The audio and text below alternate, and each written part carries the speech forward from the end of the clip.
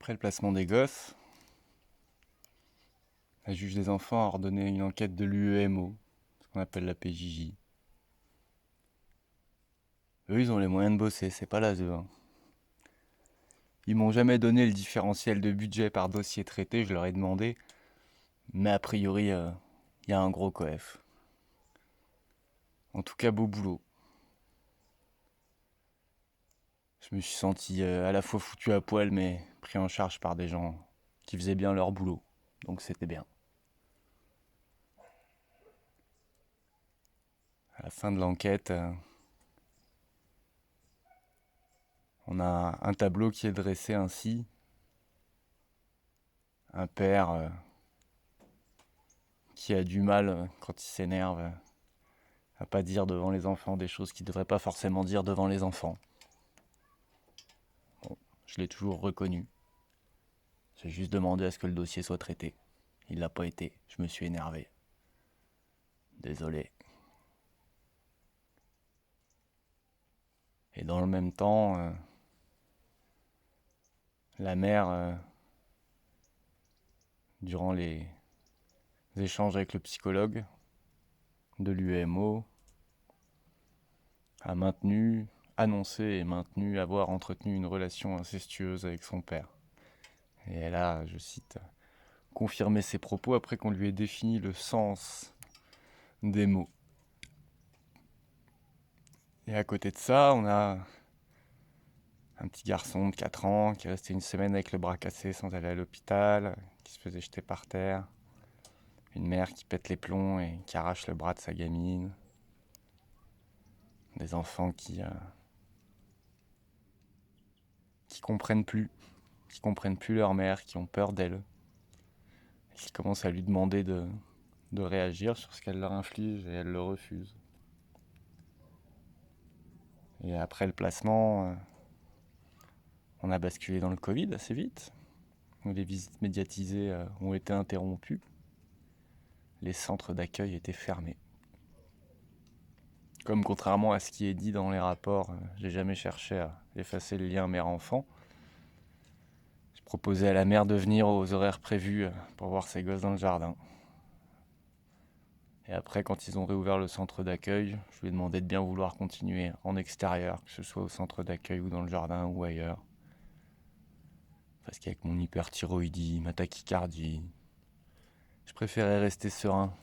La ferme dépend trop de ma santé, je pouvais pas prendre de risques. Ça m'a été reproché, ça aussi. Et pendant chaque visite médiatisée, c'était toujours le même cinéma. On avait d'un côté les enfants qui demandaient à la mère qu'elle avait bien accepté l'instruction en famille.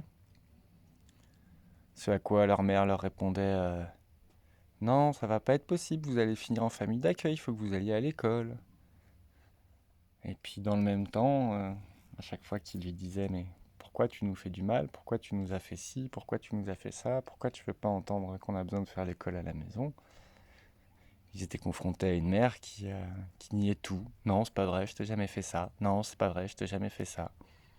Elle niait les faits qui lui avaient été reprochés et qui avaient justifié son placement, des choses concrètes.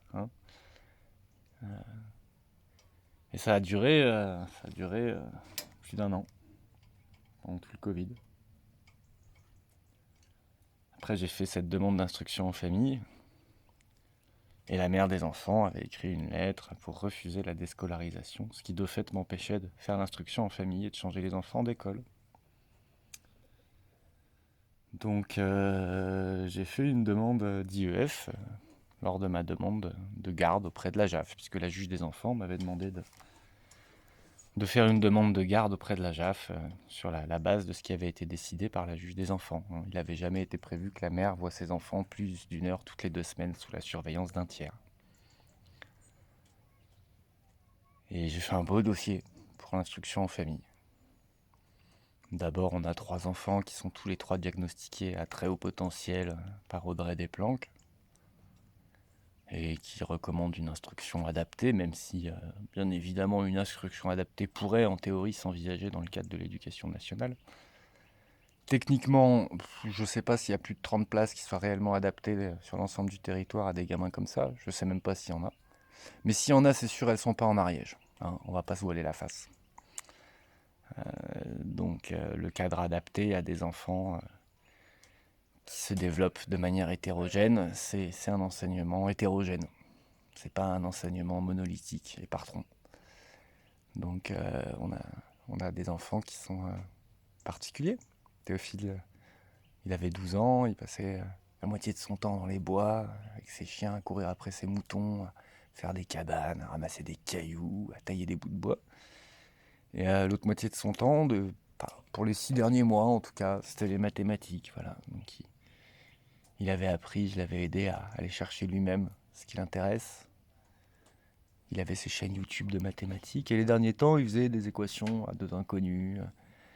Il s'amusait avec des mathématiques de première S. Il ne comprenait pas tout, mais il en comprenait un bon bout. Et c'est sûr que le programme de mathématiques de 5e, qui consiste à apprendre la symétrie axiale, il l'a avalé en 3 jours, il y a 2 ans. C'est loin pour lui, la symétrie axiale. Méline, c'est compliqué. Elle lit très bien, elle est sans doute très bonne en classe, mais elle est surtout intéressée par les activités manuelles.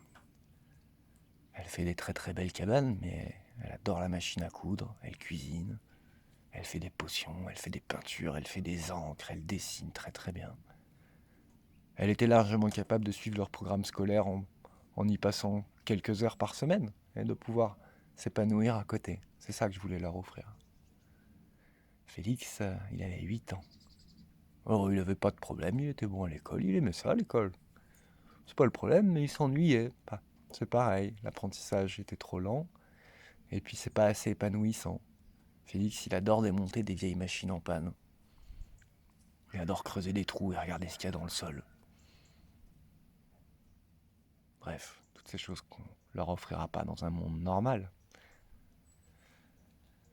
Donc j'ai fait un beau dossier en disant on a des enfants au potentiel qui ont besoin d'un enseignement adapté, mais on a surtout un père qui est fermier en montagne et suite au départ de ma compagne, je pouvais plus assumer la ferme et les enfants, du moins pas les mois d'hiver. L'hiver c'est trop rude, c'est pas possible de préparer les enfants pour qu'ils soient prêts.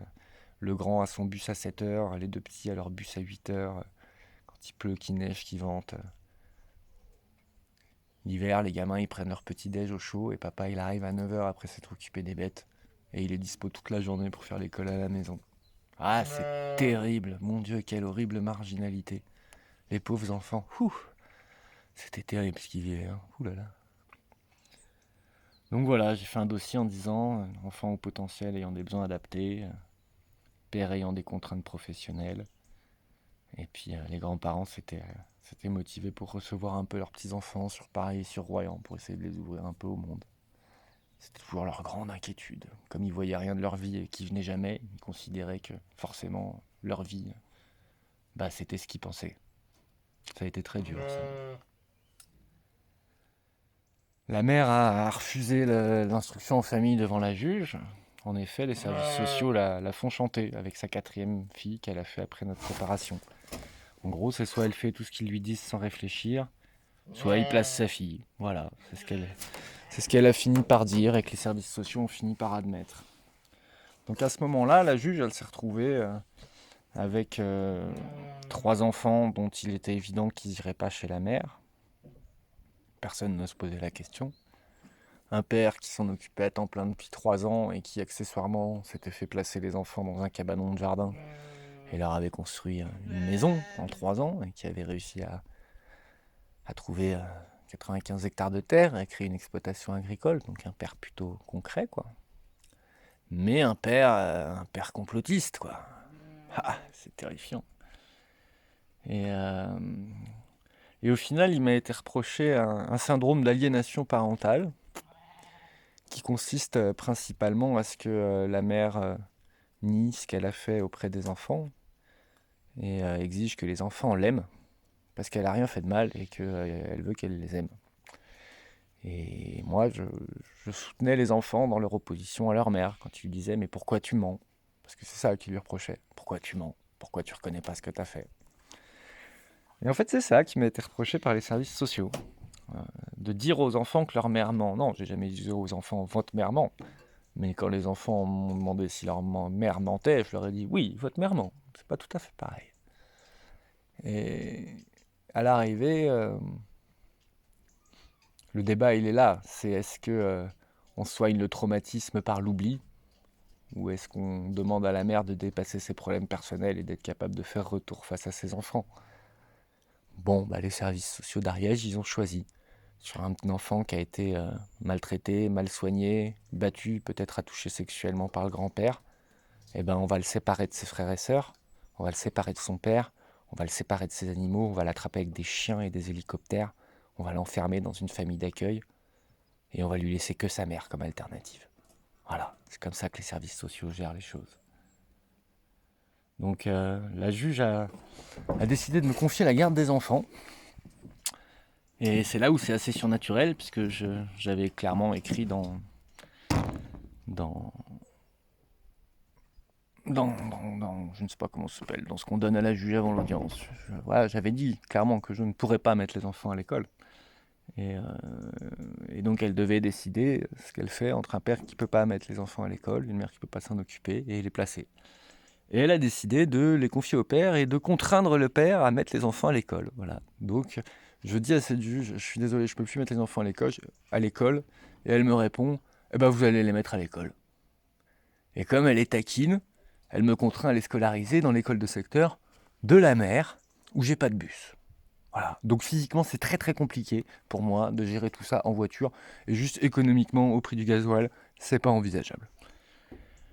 Donc j'ai écrit une lettre à la juge en lui disant, bah écoutez, votre ordonnance, je la trouve plutôt pas mal, elle donne beaucoup de droits à la mère, elle est plutôt ouverte, je veux bien accepter tout ça. En revanche, l'école, je sais pas, vous avez peut-être mal lu un truc, je suis censé faire comment pour gérer ça? Moi, je vous ai dit que je pouvais pas les mettre à l'école.